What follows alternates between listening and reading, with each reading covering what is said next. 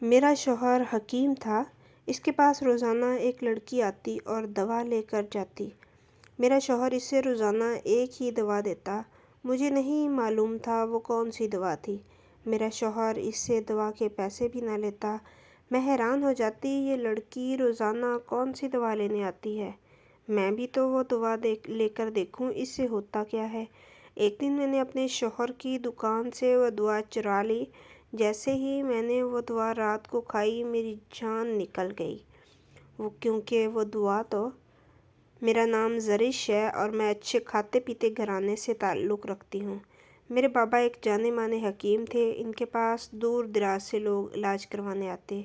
ان کا مطب کافی چلتا، ہر وقت رش لگا رہتا۔ میری امی ابو کی کزن تھیں۔ میرے نانا ابو ایک حکیم تھے۔ ابو میرے نانا ابو کے شاگرد تھے۔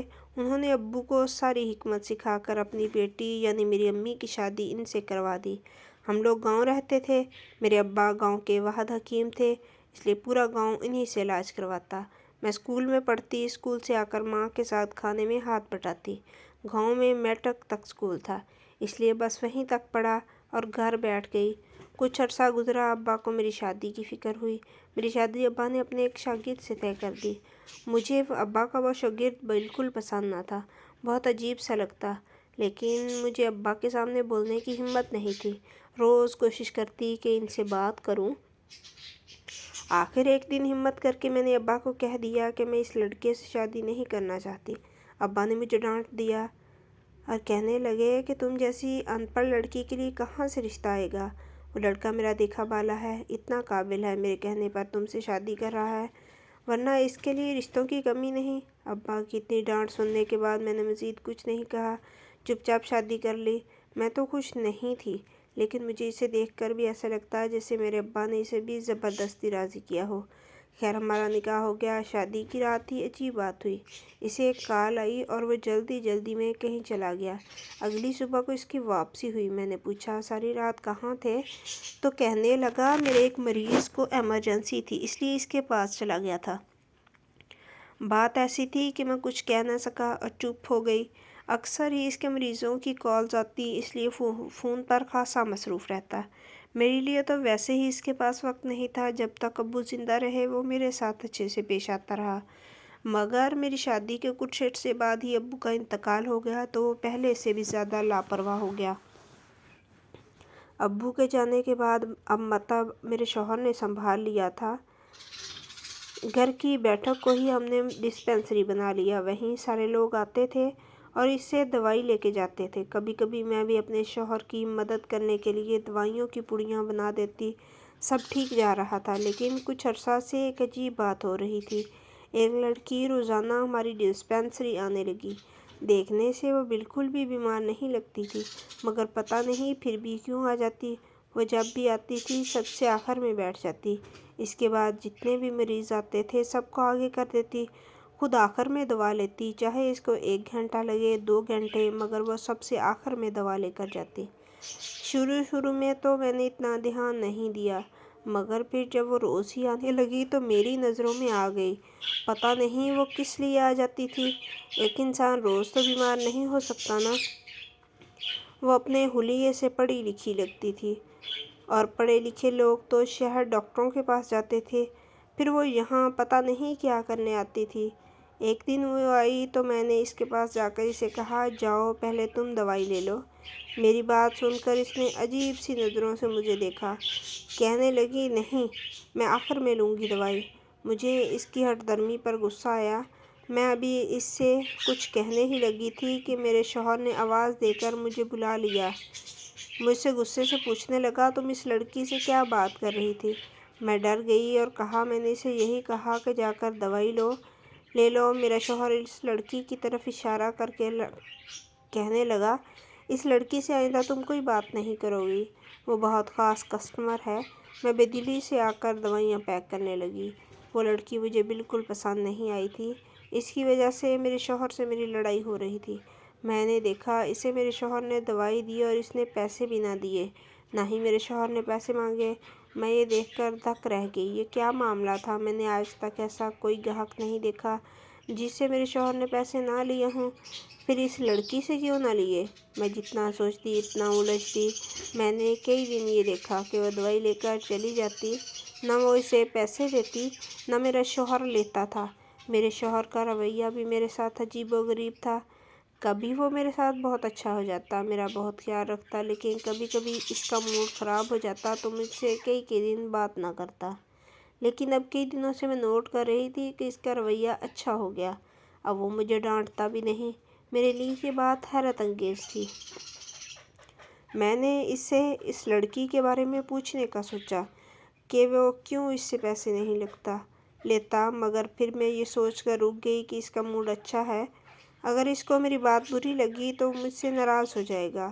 انہی دنوں میری خالہ کا انتقال ہو گیا تو مجھے گاؤں سے باہر جانا پڑا، مجھے 1 ہفتہ رہنا پڑا۔ اس دوران وہ لڑکی میرے دماغ سے نکل گئی۔ میں جب واپس اپنے گھر آئی تو بھی 3-4 دن وہ مجھے نظر نہ آئی۔ میں نے سوچا ہو سکتا ہے اسے آرام آ گیا ہو، اس لیے وہ نہ آتی ہو۔ ان دنوں میرا شوہر بھی بہت بے چین تھا، پتہ نہیں اسے کیا مسئلہ تھا۔ اگلے دن جیسے ہی وہ لڑکی پھر سے نظر آئی تو مجھے حیرت کا دھچکا لگا، وہ پھر سے کیوں آ گئی؟ اس کے آتے ہی میرے شوہر کے چہرے کی رونق بحال ہو گئی۔ اس نے آج بھی دوا نہ لی اور نہ ہی پیسے دیے۔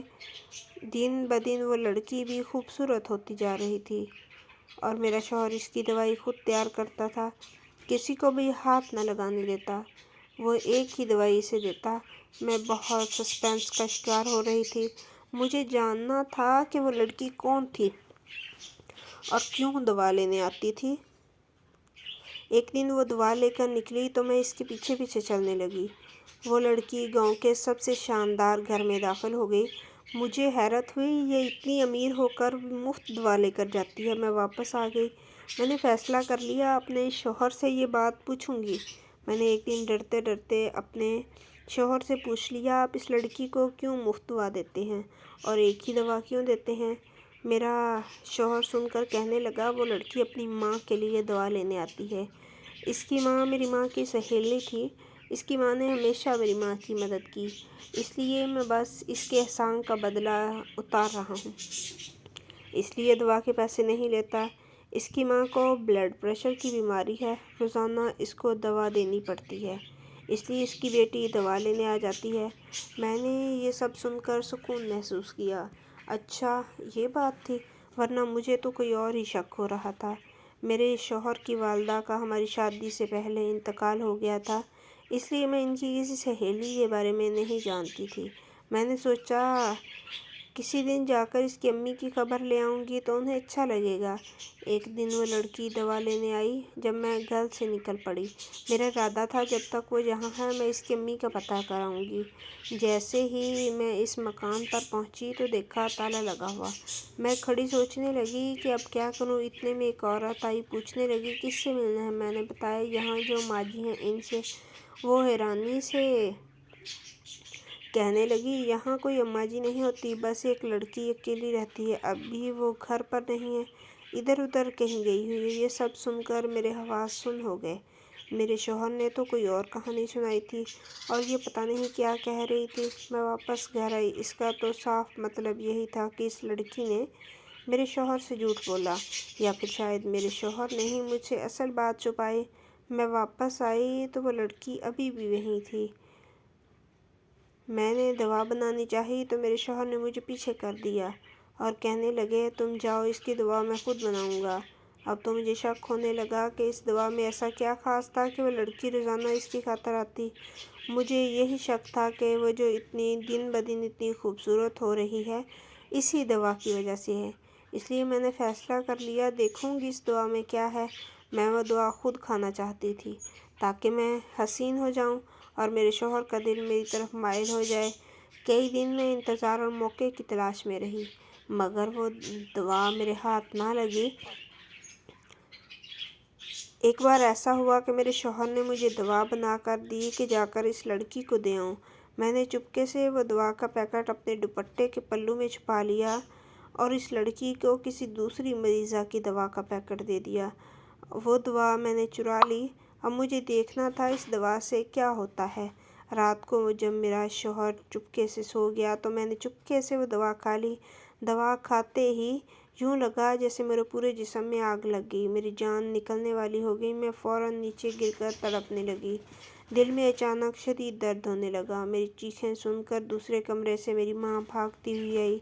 اتنے دیر میں میرا شوہر بھی اٹھ گیا۔ وہ جلدی سے مجھے ہسپتال لے کر بھاگے۔ میں بے ہوش ہو گئی۔ جب ہوش میں آئی تو ڈاکٹر نے بتایا دل کا دورہ پڑا تھا۔ یہ سن کر میرے پیروں تلے سے زمین نکل گئی۔ میں تو بالکل ٹھیک تھی، پھر اچانک ایک دم سے مجھے کیسے دورہ پڑ گیا؟ اچانک مجھے یاد آیا میں نے وہ دوا کھائی تھی جو اس لڑکی کو دینی تھی۔ میرے شوہر نے اسے اتنی خطرناک دوا کیوں دی؟ میں جتنا سوچ رہی اتنا ہی الجھتی۔ کیا میرا شوہر اسے مارنا چاہتا تھا؟ مجھے اب اپنے شوہر سے خوف محسوس ہونے لگا۔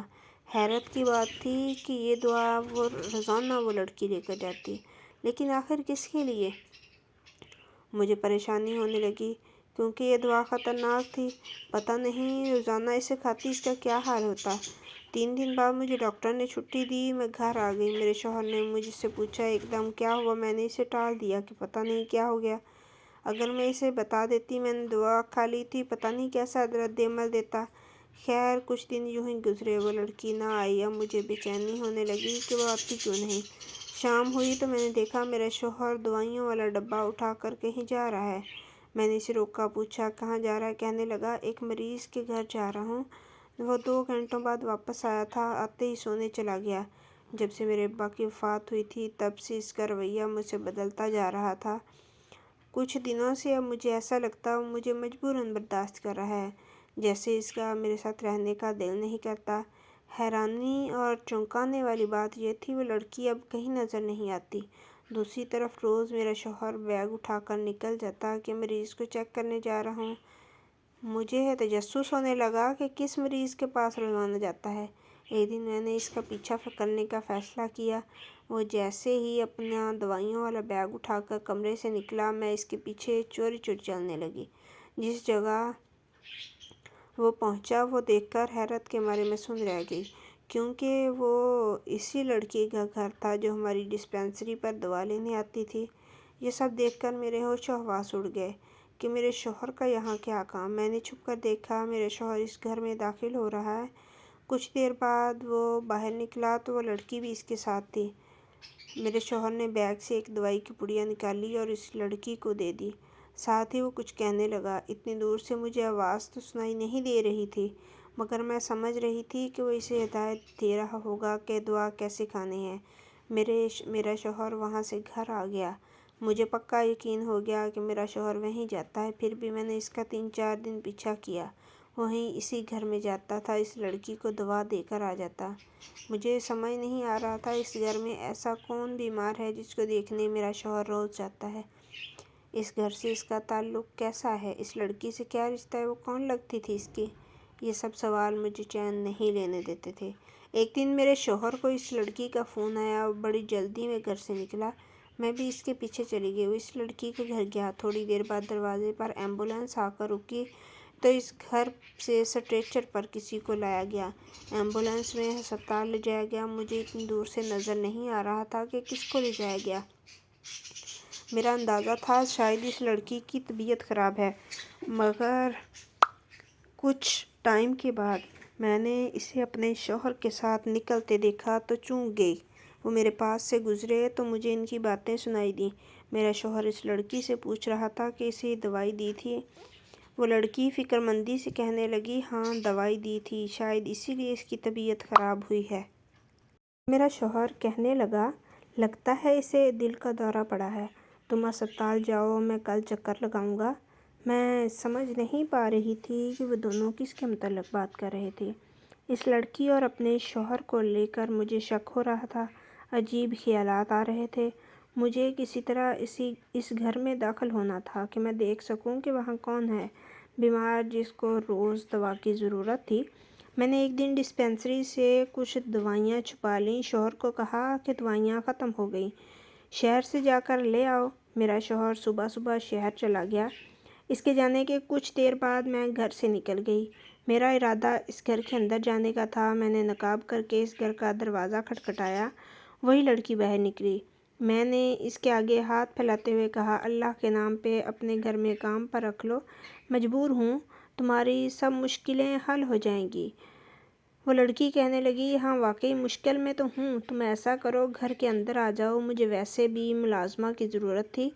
میں گھر کے اندر چلی گئی، مجھے بس یہ جاننا تھا کہ گھر کے اندر کون ہے۔ وہ مجھے پورا گھر دکھانے لگی، ایک کمرے کے باہر رک کر کہنے لگی، تم پورے گھر کی صفائی کرو گی مگر اس کمرے میں کبھی مت آنا، اس کمرے کی صفائی میں خود کر لوں گی۔ اس کی بات پر میرا شک مزید پختہ ہو گیا، اس کمرے میں کوئی تو راز ہے۔ اس دن تو میں واپس آ گئی مگر میں نے پکا فیصلہ کر لیا کہ اس راز کا پتہ چلا کر رہوں گی کہ وہاں کیا راز ہے، کیوں میرا شوہر وہاں جاتا ہے۔ اگلے دن میں نے شوہر کو کہا، میں اپنی سہیلی کے گھر جا رہی ہوں، میرا پکا ارادہ تھا آج سارا راز معلوم کر لوں گی۔ نقاب کر کے میں اس لڑکی کے گھر گئی، اس نے مجھے کہا، صفائی سے پہلے میرے لیے چائے بناؤ۔ مجھے تو موقع مل گیا، میں نے اس کی چائے میں نیند کی دوا جو میں گھر سے لے کر آئی تھی ملا دی۔ اس نے وہ چائے پی اور کچھ ہی دیر میں بے ہوش ہو گئی۔ میں فوراً اس کمرے کی طرف بڑھی جس میں جانے سے اس نے منع کیا تھا۔ میں جیسے دروازہ کھول کر اندر داخل ہوئی، میری روح لرز گئی۔ کمرے میں بیڈ پر ایک مریض اور بیمار سا شخص بری طرح کھانس رہا تھا۔ میں نے اس کے پاس جا کر اسے پانی پلایا، پوچھا کہ تم کون ہو، تمہیں کیا ہوا ہے؟ کہنے لگا، میرا نام فاروق ہے، میں ناہید کا شوہر ہوں۔ میں سن رہ گئی۔ یہ ناہید اصلی لڑکی کا نام تھا جس کے گھر پر میں اس وقت موجود تھی۔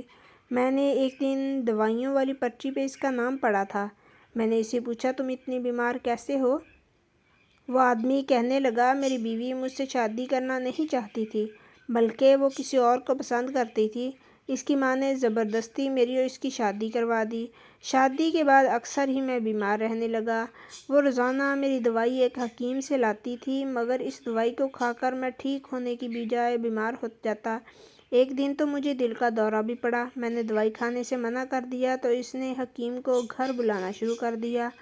اب تو روزانہ وہ حکیم میرے گھر آتا ہے، بیوی سے کمرے میں بیٹھ کر باتیں کرتا رہتا ہے، جاتے ہوئے مجھے انجیکشن لگا دیتا ہے۔ وہ میری بیوی کو عجیب سی دوائی دے جاتا ہے جو میری بیوی زبردستی مجھے کھلا دیتی ہے۔ اسی دوائی کی وجہ سے میں اتنا بیمار ہو گیا ہوں کہ چل پھر بھی نہیں سکتا، بستر کا ہو کر رہ گیا ہوں۔ مجھے اس معاملے کی کچھ سمجھ آ رہی تھی۔ میرا شوہر اس لڑکی کو جو دوا دیتا تھا وہ یقیناً اسی شخص کے لیے تھی، لیکن مجھے یہ سمجھ نہیں آ رہی تھی کہ میرے شوہر کا اس سارے معاملے سے کیا تعلق تھا۔ اب اس بات کا جواب تو میرا شوہر دے سکتا تھا، اور یہ اسی صورت ممکن ہوتا جب میں اسے رنگے ہاتھوں پکڑتی۔ میں نے اس گھر کی ایک چابی دوپٹے میں چھپائی، گھر آ گئی۔ اب مجھے اپنے شوہر کے وہاں جانے کا انتظار تھا۔ رات کے 7 بجے تو وہ معمول کے مطابق گھر سے نکل گیا۔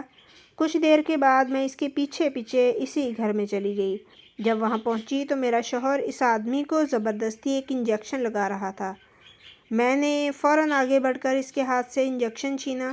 میرا شوہر مجھے وہاں دیکھ کر گھبرا گیا، اسے امید نہیں تھی میں عین وقت پر یوں چھاپا ماروں گی۔ اس نے اور ناہید نے بھاگنے کی کوشش کی مگر میں نے پولیس کو فون کر دیا تھا۔ کچھ دیر میں پولیس پہنچ گئی۔ میرے شوہر اس لڑکی کو گرفتار کر لیا۔ میرے شوہر نے پولیس کو جو بیان دیا تھا وہ یہ تھا کہ وہ شروع سے ناہید کو پسند کرتا تھا، لیکن میرے باپ کے اس پر احسانات تھے، اس لیے اس کی ماں نے زبردستی اس کی شادی مجھ سے کرا دی۔ شادی کے بعد بھی وہ ناہید کو بھول نہ سکا۔ شادی والی رات اسے ناہید کی کال آئی تھی، اس وجہ سے وہ سب چھوڑ کر چلا گیا۔ میرے باپ کے ہوتے ہوئے وہ ناہید کو پانے کے لیے کچھ نہیں کر سکتا تھا، مگر جیسے ہی میرے باپ کا انتقال ہوا اسے موقع مل گیا۔ ناہید بھی اسے حاصل کرنا چاہتی تھی، اسے اپنے شوہر سے چھٹکارا چاہیے تھا۔ اگر وہ طلاق لیتی تو اسے اس کی جائیداد سے محروم رہ جاتی، اس لیے اس نے میرے شوہر کے ساتھ مل کر پلان بنایا۔ وہ ایسی دوا بناتا تھا جس کو کھا کر ناہید کا شوہر دن بہ دن کمزور ہونے لگا، آخرکار بستر سے لگ گیا۔ وہ دونوں یہی چاہتے تھے، ناہید کا شوہر بیمار ہو کر مر جائے، بعد میں وہ مجھے بھی طلاق دے دیتا۔ جب ناہید روز مطب پر آنے لگی تو مجھے شک ہو گیا تھا، اسی وجہ سے اس نے اسے کہا وہ گھر ہی رہے، میں خود آ جایا کروں گا۔ میرا شوہر آ کر ناہید کے شوہر کو خاص قسم کا انجیکشن لگا دیتا جس سے اس کی ساری طاقت ختم ہو جاتی۔ میں نے رات کو اپنے شوہر کو ناہید سے باتیں کرتے سن لیا تھا۔ مجھے اس کا سارا پلان سمجھ میں آ گیا تھا کہ وہ ناہید کے شوہر کی جان لینا چاہتے ہیں، اس لیے میں نے پولیس کو سب بتا دیا۔ پولیس نے دونوں کو اقدام قتل کے جرم میں گرفتار کر لیا۔ میں نے اپنے شوہر سے خلا لے لی، ناہید کے شوہر نے بھی اسے طلاق دے دی۔ ان دونوں کو جیل ہو گئی۔ میں نے اس لڑکی کے شوہر کو صحیح دوائیاں دینی شروع کیں تو بہت جلد وہ ٹھیک ہو گیا۔ اسے میری خدمت اور وفا نے متاثر کیا۔ اس نے مجھ سے شادی کے لیے کہا تو میں مان گئی۔ آج میں اپنے دوسرے شوہر کے ساتھ خوش ہوں۔ وہ میرا بہت خیال رکھتا ہے۔ ہم دونوں بہت خوش تھے جبکہ میرا پہلا شوہر اور وہ لڑکی ناہید جیل کی سزا کاٹ رہے تھے۔ سچ ہے، برے کا انجام ہمیشہ برا ہی ہوتا ہے۔ ناظرین، آپ کو کہانی پسند آئی تو لائک شیئر کرنا مت بھولیے گا۔ اللہ حافظ۔